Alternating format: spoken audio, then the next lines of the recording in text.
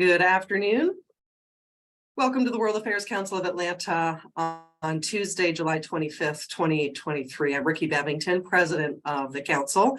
We are a nonpartisan, nonprofit membership forum for informed discussion of global affairs that impact Atlanta's economy, culture, and quality of life. Today's program is entitled 75 Years Since U.S. Military Desegregation, International Perspectives. And what a conversation we have ahead of us. We have over 100 people joining us right now, many more coming in, and I look forward to hearing your questions and comments in our conversation with today's guest expert. On July 26, 1948, President Harry Truman issued Executive Order 9981. It was the first time an American president used an executive order to implement a civil rights policy. World War II had ended 3 years earlier, reshaping the world order, the global economy, and American society. Hundreds of thousands of women entered the workforce to support the war effort. 1.2 million Black Americans served in World War II in uniform, but they returned home to racism and abuse. Truman's executive order would become a catalyst for the American civil rights movement. Segregation in public schools was found to be unconstitutional just 6 years later. And in 1964, President Lyndon B. Johnson signed the Civil Rights Act. Here with us today to illustrate both the domestic and global resonance of Executive Order 9981 is Matthew Delmont, Distinguished Professor of History at Dartmouth College. Welcome, Professor Delmont. Thanks, Ricky. It's great to be here. I'm going to add a brief disclaimer for our audience. This conversation may include brief discussion of racial violence. If you'd like to ask a question of Professor Delmont, please use the Q&A function and please be brief.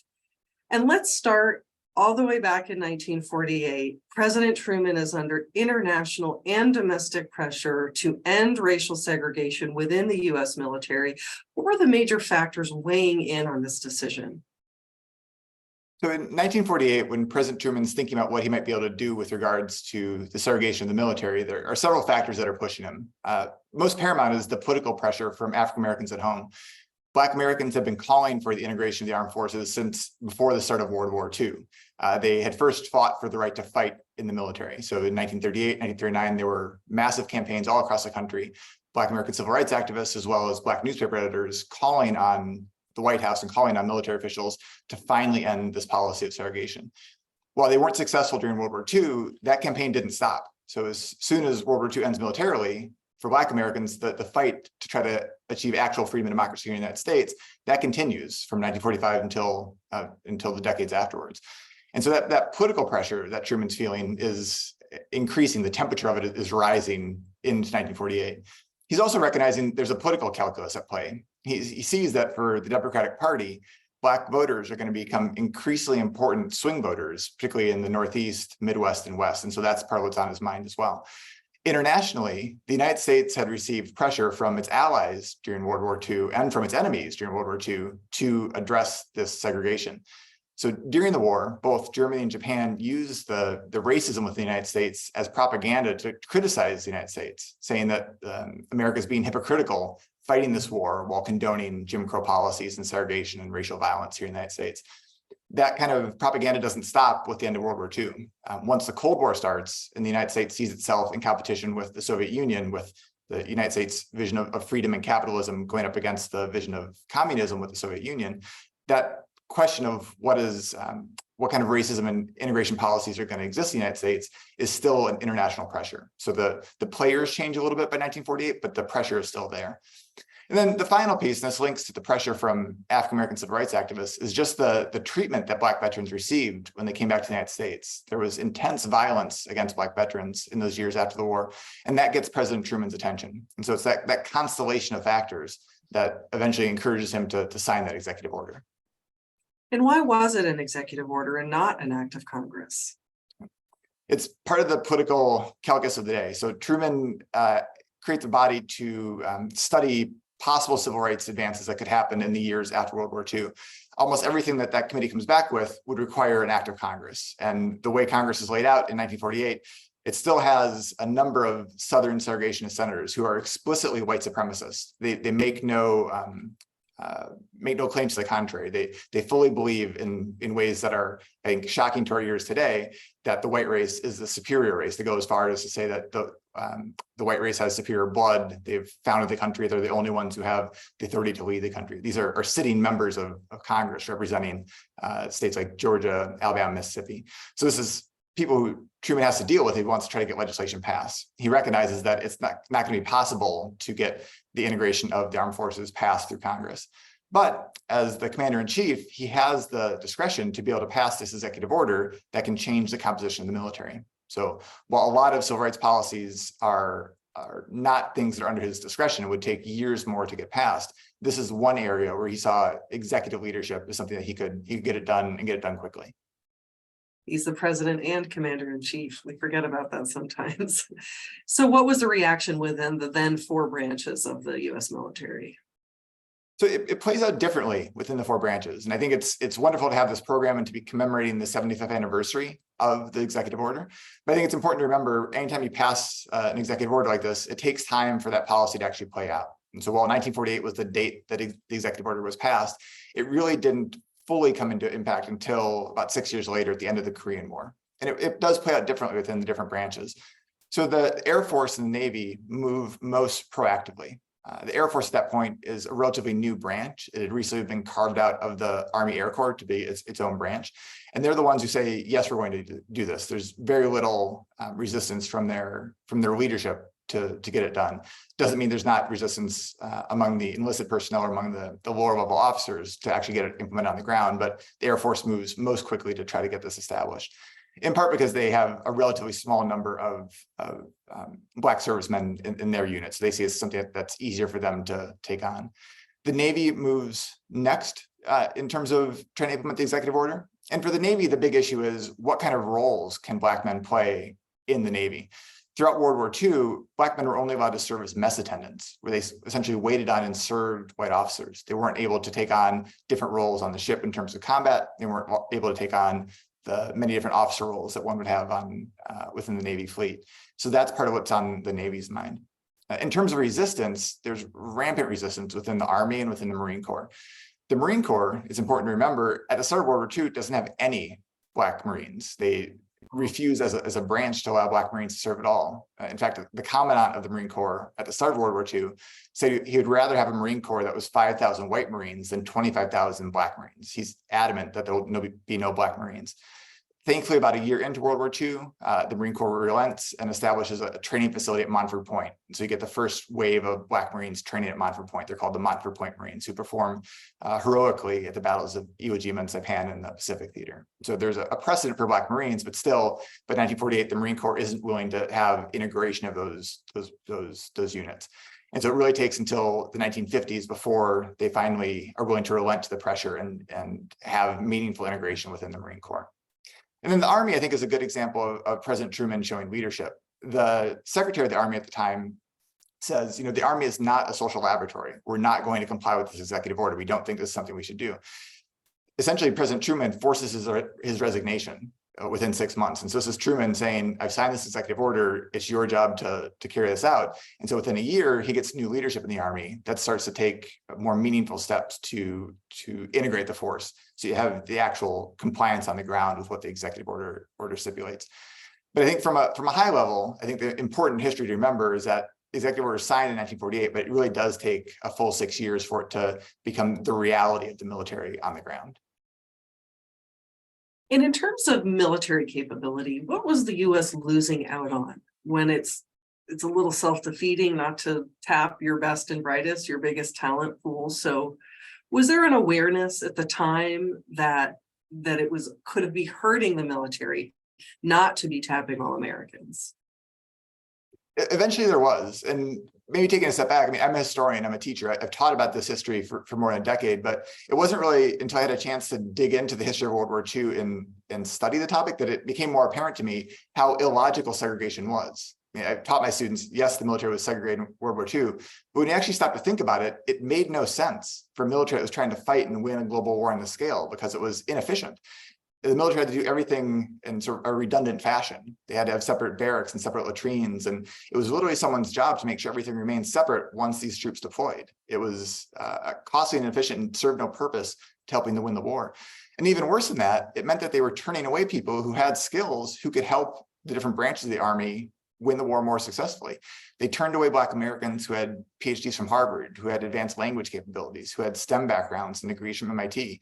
And instead of putting them in roles that aligned with their skills, they made them cooks or mess attendants, or they had them digging ditches, burying the wounded and the dead, or sorry, burying the dead.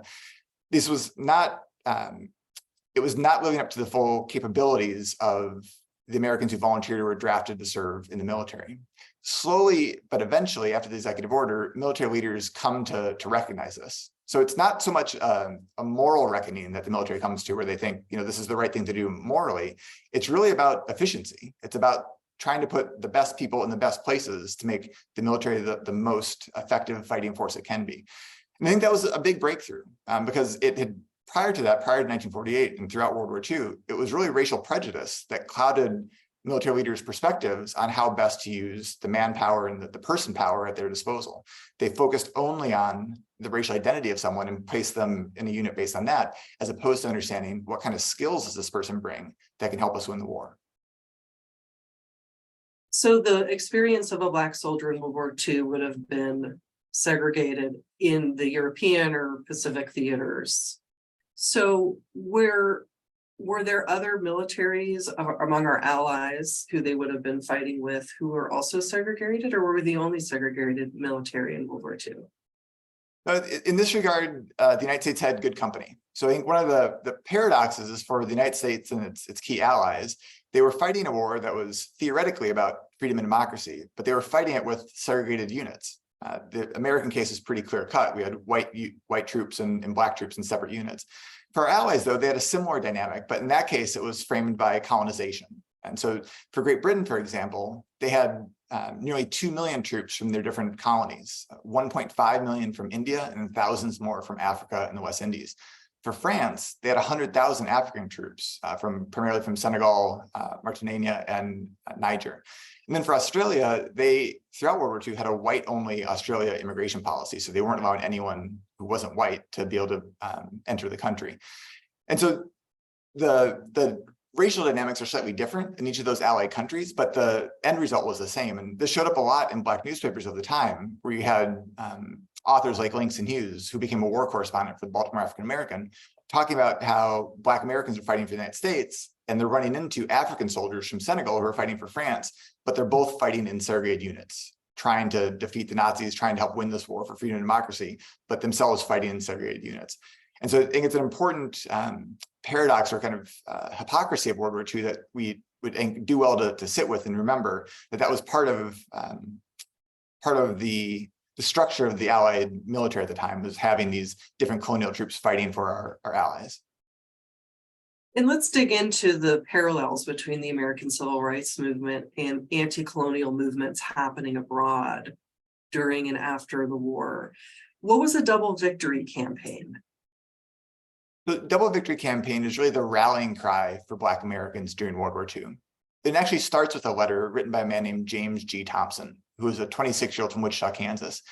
He writes a letter to the Pittsburgh Courier in December of 1941 after the bombing of Pearl Harbor, because he knows that he and other Black Americans are about to be drafted into a segregated military.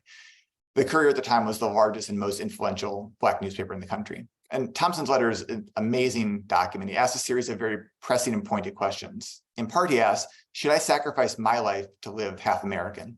Is the America I know worth defending? And that phrase, should I sacrifice my life to live half American, it really stuck with me. It's why I chose Half American as the title for my book.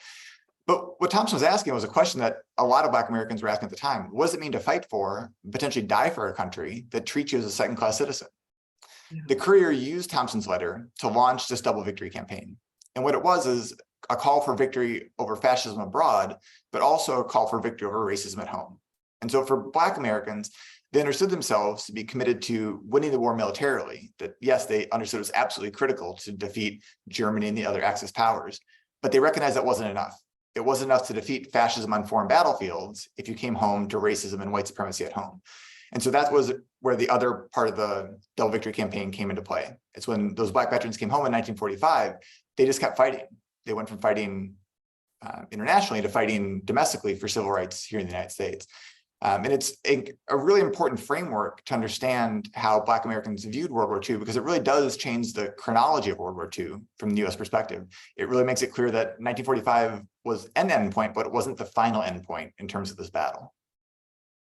And you could say that for so many other colonial powers internationally. I mean, so I'm trying to draw these parallels. In what ways did that mirror what was going on in other colonial powers, like let's just say India, at the same time in these post-war years?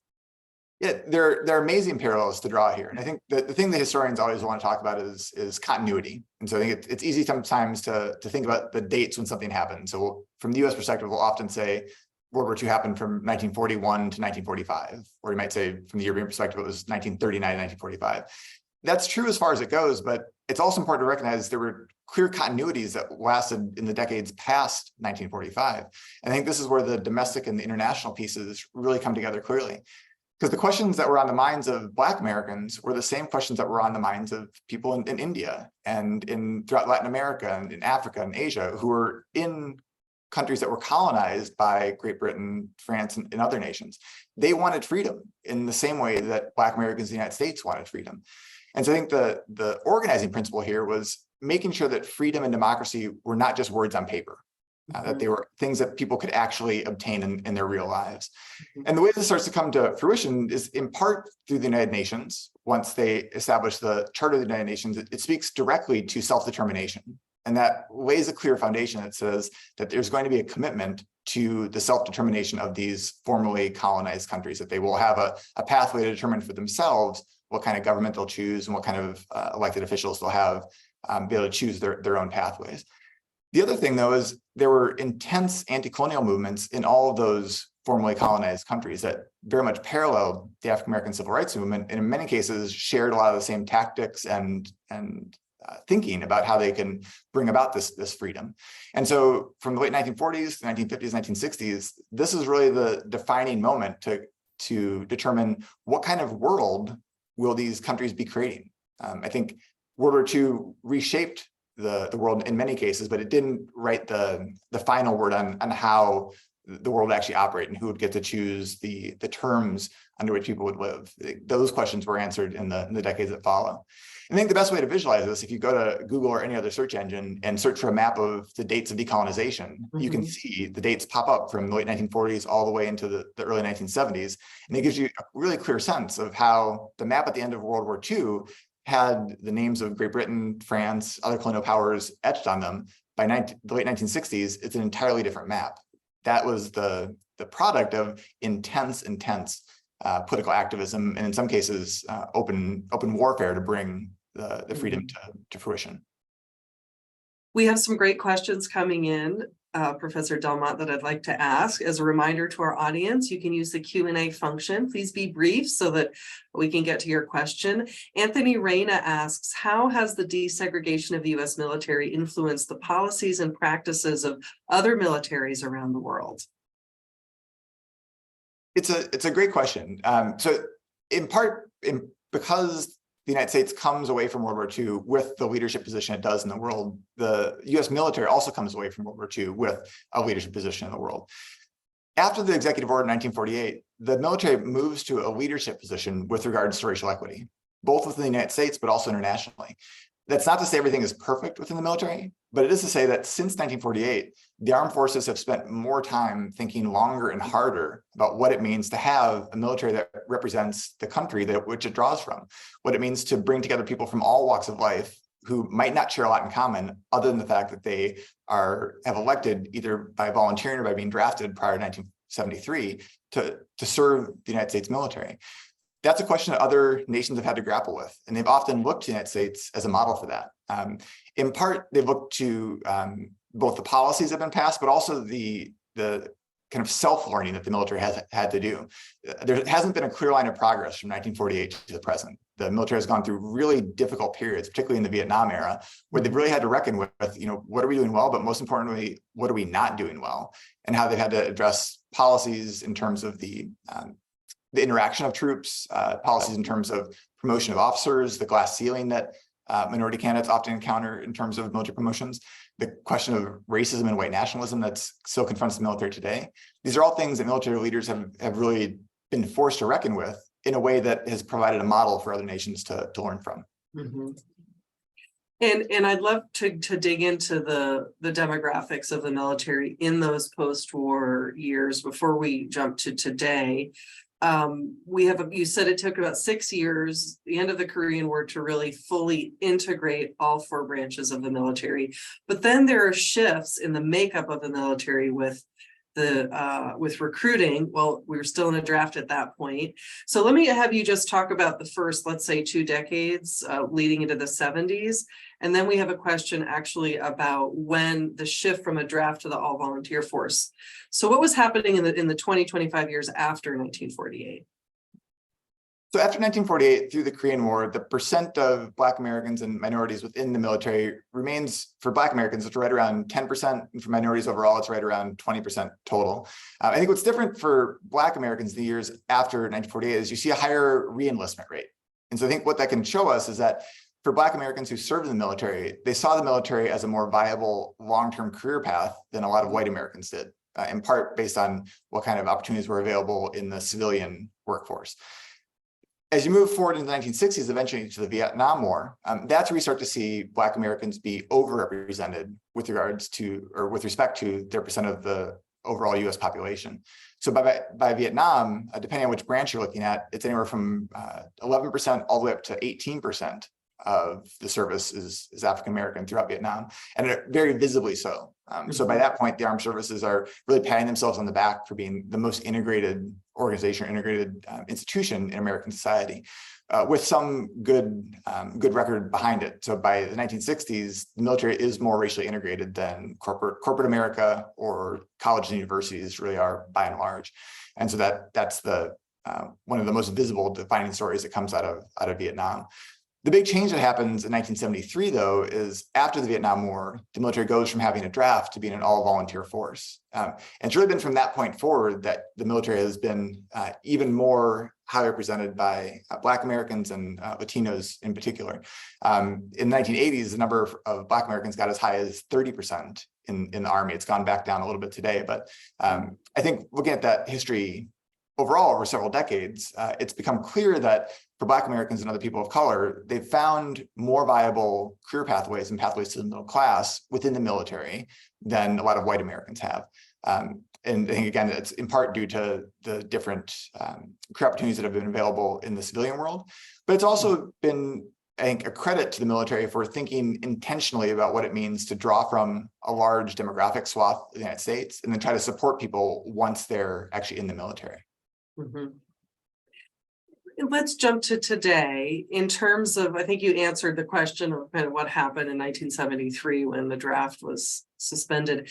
In terms of racial makeup, what does today's US military look like? And I'll ask you to differentiate between enlisted and the officer class. So whereas in World War II, Black, Latino, Asian American, Native American service members made up less than 20% of the military, today they make up more than 40%. The Army is the most racially diverse branch, and there it's about 54% white, about 20% Black, about 17% Latino, 7% Asian American, about 1% Native American. And so it's much, much more racially diverse today than it was in Vietnam, even, or certainly within World War II prior to the 1948 executive order. One of the differences we do still see, though, is the gap between the number of people of color who are enlisted troops versus officers. So there's like a glass ceiling that has still been in play too often for minority officers. Among Blacks and Latinos, they make up about 15% of officers overall, but they make up about 45% of enlisted troops. I think that's a gap that the military has recognized and they're actively trying to work on, but it's an area that more work needs to be done because it doesn't, it doesn't speak well to the career prospects to have the lion's share of people of color serving the military only being at the lower levels in the enlisted branches or the enlisted ranks within the different branches if they aren't able to advance up to the officer ranks. And so that's a space where the armed forces has much more progress to make. We actually have a question from Kevin Perry, who says, has the economic impact on African Americans at large of the military's desegregation action been measured in qualitative or quantitative terms 1 or 2 generations from inception? So just to your point about economic advancement and quality of life. That's a good question. I'm not familiar with research that has studied it in that way, but I think anecdotally and sort of holistically based on the history of it, and we can say that the advancement rates of Black Americans into the middle class have been higher for folks who have chosen the pathway of going to the military than folks who started out with a similar socioeconomic background who didn't have that same pathway. The percent numbers aren't necessarily huge. It's still a relatively small number of Black Americans who are serving within the military because the military is relatively smaller today than it was in World War II or in the Korean War. But I think the pathways to social mobility have been evident, even if I haven't come across quantitative data that has studied it in exactly that way. On that point, the recent U.S. Supreme Court ruling just in June that outlawed race-based college admissions, military service academies were actually a notable exception. They did not participate in that ruling, and Justice John Roberts noted that the Supreme Court did not weigh in on that issue, and I'm quoting the Chief Justice, "In light of the potentially distinct interests that military academies may present." Why is that? Yeah, I think it's one of the really curious parts of that ruling. It's on it's footnote 4 on page 22 if folks want to check it out. But in many ways, the Naval Academy, the U.S. Army Academy at West Point and Annapolis, they function very similar to Ivy League schools in terms of their selectivity. I think they only admit about 17% of students. And so some of the issues that were at play for Harvard and North Carolina are also at play for the military academies. And so it's notable that the ruling excluded those academies. I think that the rationale there is it's important to understand that military leaders, retired military leaders, have submitted amicus briefs in affirmative action cases going all the way back to 2003. So in the Grutter versus Bollinger case from 2003, there's an amicus brief filed by retired military leaders that said that it was important for to have a highly qualified, racially diverse officer corps, and that it was essential to the military's ability to fulfill its principal mission to provide national security. In this most recent Supreme Court case, there was another amicus brief submitted by retired military officers that said, quote, "The importance of maintaining a diverse, highly qualified officer corps has been beyond legitimate dispute for decades. History has shown that placing a diverse armed forces under the command of homogenous leadership is a recipe for internal resentment, discord, and violence." And so I think part of what was going on in that footnote is a recognition that if a large percentage of America's officer corps is going to be graduating from West Point and Annapolis, it's important for those service academies to more closely resemble the racial demographics of the enlisted personnel, which, as we just talked about, is disproportionately people of color. It would be negative for the military. It would make them a less effective fighting force to have the service branches become disproportionately white if they're going to be leading enlisted units that are predominantly people of color.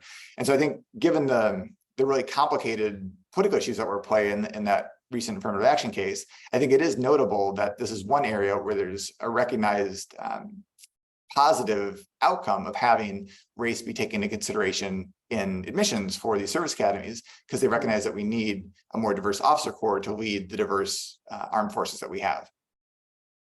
And Kiera Dodds actually follows up on that, saying, in light of the U.S. Supreme Court ruling on affirmative action, should U.S. citizens expect changes to DEI policies in the military?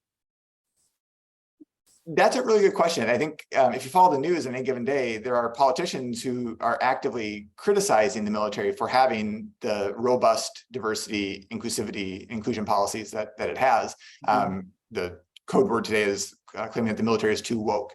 But what's interesting here is that history goes back all the way back to Vietnam. And so the military has actually moved earlier and more robustly than corporate America did to establish these kind of diversity training initiatives. They did that in Vietnam because there were racial conflicts breaking out both in the United States, but also on military bases in Vietnam and in Europe between white and black troops, just because there was such racial animosity brewing in the military at the time. They recognized that that made the military less effective. And so the military had to address it. And the way they addressed it was having these, what we now call diversity training programs that happened within the military, and that's something officers had to train with. And so that's 50 years of policy that the military has been building on. And so I actually don't think that the military will walk away from this. I think the dynamics within the military are different than the dynamics within corporate America and higher education. I think in many cases, corporate America, I think, is going to walk back a lot of the D&I movement of the last couple of years. I don't think the military will, because the military needs to be able to draw on the vast racial demographics of the country. It needs to be able to continue to enlist large numbers of Black Americans and Latino Americans in ways that I don't think the dynamics are quite the same as they are for corporate America. And so I think that the military, because they've been doing this for so long, I think my sense is they'll stick to it unless they are absolutely forced to change by political leaders. Sure. I mean, the stakes are national security. The stakes could not be higher. And I'm thinking of the quote. Can you say that quote again of what the Secretary of the Army said in 1948 to Truman? Because it felt like something somebody would say today. Yeah, so the quote, I've got it in my notes here. So the Secretary of the Army at the time was Kenneth Royal. He said, "The Army is not an instrument for social evolution." Exactly, sure. But what you're saying and what military leaders have said over decades is it's not about it's about national security. This is a strategic decision that we're making. I would love to unpack that. We could do that whole other webinar on kind of the national security implications of diversity in the U.S. military. But I want to get to some more questions, and we're going to bounce around a little bit. We've got Maggie Malloy, who asks, could you speak to the ability of African Americans accessing benefits outlined in the GI Bill once returning from war? What options are available to the descendants of African American World War II veterans in accessing benefits? Thanks. It's a really important question. So just for historical background, I think most folks are familiar with the GI Bill, but it was legislation that was passed in 1944 as a way to essentially reward servicemen and women for their service in World War II. It really becomes the engine that enables a whole generation of white Americans to be able to move into middle class, because it provides access to benefits for college education, access to benefits for low interest mortgages, benefits for loans for start businesses, farms, a whole host of tangible resources and benefits that enable an entire generation of returning veterans to be able to enter the middle class. The problem for Black veterans is, by and large, they were blocked from being able to access those benefits. And a lot of that prejudice was by design. And so I mentioned earlier that a good chunk of Congress at that time period was controlled by white Southern segregationist politicians. That was also true on the key committees that helped to craft the GI Bill. And so what those politicians did was they made sure that GI Bill benefits were going to be determined at the state and local level as opposed to federal level. And everyone at the time understood what that meant. If you're doing things at the state level in 1945, it means you're conforming with Jim Crow policies. So Mississippi can decide how Mississippi is going to do it. Alabama can decide for themselves. And it means that they're going to go with segregation of the day. And that's how it played out. It meant that Black veterans who returned to Southern states, by and large, were blocked from being able to access their benefits because they would go to the local benefit office, the veterans office, and be given the runaround or be turned away. Or they'd be sent to Black colleges and universities that didn't have the capacity to be able to take them in. It was even true in the North as well. Because the GI Bill didn't include any provisions to address the rampant discrimination in real estate, it meant that Black veterans trying to buy homes in New York, New Jersey, California, by and large, couldn't buy homes there. There's actually a group of economists at Brandeis University that have studied the impact that this discrimination has had. And what they found is that over a lifetime, it was nearly $120,000 difference in terms of what white veterans were able to get from the GI Bill and what Black veterans were able to get from those benefits. And so when we think about the vast racial wealth gap that exists in the country today, a good portion of that can be traced back to the GI Bill and the way in which those benefits were distributed in a discriminatory fashion. The last point I will make on this, though, is that there were thousands of Black veterans who were able to access those GI Bill benefits, and they did amazing, amazing things with them. A couple of people I mentioned in my book, there's a man named Robert P. Madison. who's from Cleveland, Ohio. He fought in an Army infantry unit. Came back, he used the GI Bill to earn architectural degrees from Case Western and Harvard, and ended up opening an architectural firm in Cleveland, helped to work on the Rock and Roll Hall of Fame in addition to other buildings. And then within the Women's Army Corps, Debbie Johnson Roundtree was in the Women's Army Corps. She used the GI Bill to earn a law degree from Howard University Law School and opened a pioneering law firm in Washington, D.C. that won a number of important civil rights cases. And so I think it's important to understand that part of the story too, because the Black veterans who were able to use their GI Bill benefits did tremendous, tremendous things. And so there was really an opportunity cost to the country by virtue of this discrimination. We could have had a whole nother generation of Black doctors and engineers and architects and lawyers that we didn't have because Black veterans couldn't use the GI Bill benefits. They couldn't access them at the same proportion that white veterans did. Mm-hmm. Speaking of actually Black doctors, we have a question from Frank Richards, who says that he was born on a U.S. Air Force base in Germany while his Black father was serving as a flight surgeon, and his father would talk about prejudice that he encountered. So Frank asks, if 1948 was the start date, why was it still so challenging for his Black father? His question is, when do you think the services were really integrated? It's a good question. I think it helps to draw the distinction between desegregation and integration. So okay, the executive order helped to start the desegregation of the military. And what that meant policy-wise is that you would start to have more Black troops in the same units as white troops. Black troops could start to take on different roles. They could serve in special forces, they could serve in combat, they'd have more access to officers' corps, all of which were very, very important in terms of policy advances. Integration was different though, because it meant how would people actually be treated? Would there be a sense of belonging? Would they still experience racism once they were there? That is a much longer story, and I think in many cases it's still ongoing. In reality, I think like the gentleman who asked the question, the reality is Black servicemen and women continue to experience racism and talked about it and fought back against it throughout the 1960s, 1970s, 1980s, and still into the present in some cases. But I think particularly throughout the 1960s and 70s, it was still a pressing issue that Black service people encountered, because the honest answer is a lot of white servicemen didn't necessarily want the kind of integration that the executive order brought to fruition. If it had been put up to a vote in 1948, it's unlikely the military would have become racially desegregated. It was only because of an executive order, because of executive leadership, that it got there. But the on-the-ground reality was there was still a lot of racial epithets that were used. There was the Confederate flag that was flown constantly in Vietnam, outside of tents and other barracks. It was only a couple of years ago that the military finally stated that the Confederate flag could no longer be flown on unofficial military bases. That kind of day-to-day treatment was still very challenging for a lot of Black service people throughout really the 1970s. I think if there was improvement, so to the question, when did integration happen? I think integration meaningfully happened by the end of Vietnam. I think in part, the military had been through so much that it finally put policies in place that did, again, things were not perfect, but they did more than other organizations in society to try to ensure that when people of color were in the military, they would be treated equitably and be made to feel that this was a place that could actually belong.